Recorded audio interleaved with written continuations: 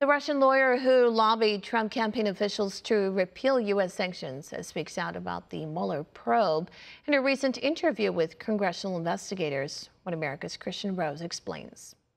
The Russian lawyer who attended the Trump Tower meeting back in June 2016 says special counsel Robert Mueller has not spoken with her yet. Natalia Veselnitskaya said in her most recent interview her account could pose interest to the Mueller team if the special counsel is truly interested in determining whether the 2016 Trump campaign colluded with the Kremlin. I believe that, if Mueller's team is not working to discover the truth, they will never question me. They don't need me. Veselnitskaya confirmed the recent media reports she spoke with members of the Senate Intelligence Committee about her meeting with Donald Trump Jr., the president's current senior advisor Jared Kushner, and then campaign manager Paul Manafort. The Russian lawyer and committee members met at a hotel in Berlin for a 3-hour interview on March the 26th. Albeit the transcript of the testimony remains unreleased, as Veselnitskaya has yet to sign it, the lawyer says she told the investigators the Trump Tower meeting was a lobbying attempt to ease or remove sanctions against corrupt Russian officials and oligarchs imposed under the 2012 Magnitsky Act. Of course, their main questions were about my professional activity, how and why I went to Donald Trump Jr., what we discussed, and how the meeting ended, and so on.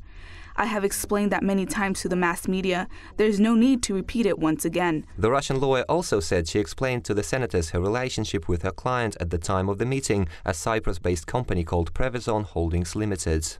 Prevezon's owner, Moscow-based Ukrainian Jewish businessman Denis Katsev, was blacklisted under the Magnitsky Act over his role in the $230 million Russian corruption case and has aggressively lobbied among U.S. lawmakers to be removed from the 2012 sanctions list.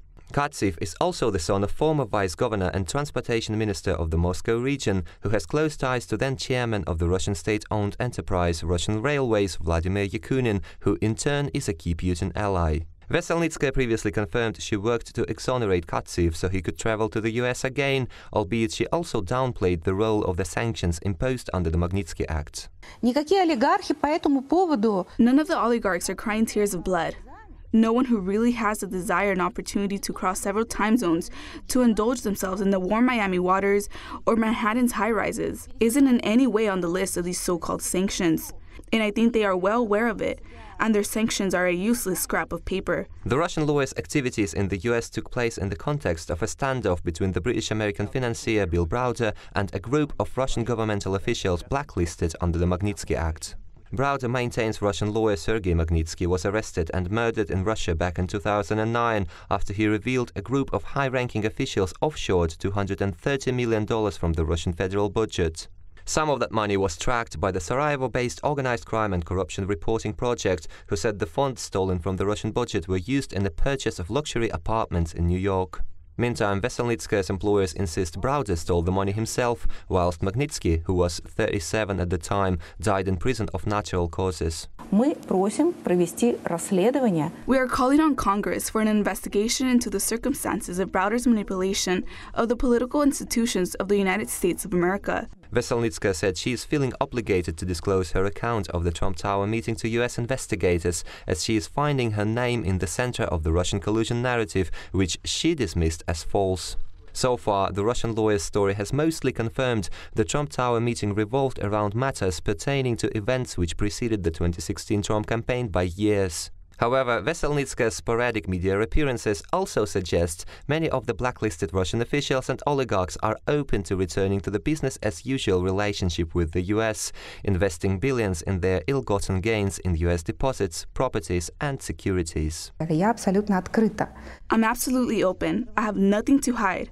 I'm ready to explain things that may seem odd to you, or maybe you have suspicions on, and so on. While the Trump administration is seeking ways to advance US-Russian relations, it is facing a complex set of problems, including the Democrat politicization of the effort, high-profile corruption in Russia, remnants of Cold War mentality, and morally questionable harboring of Russian corruption money in the US. All this leaves little hope for improved bilateral ties. Kristian, Rouz, One American News. We can use your help.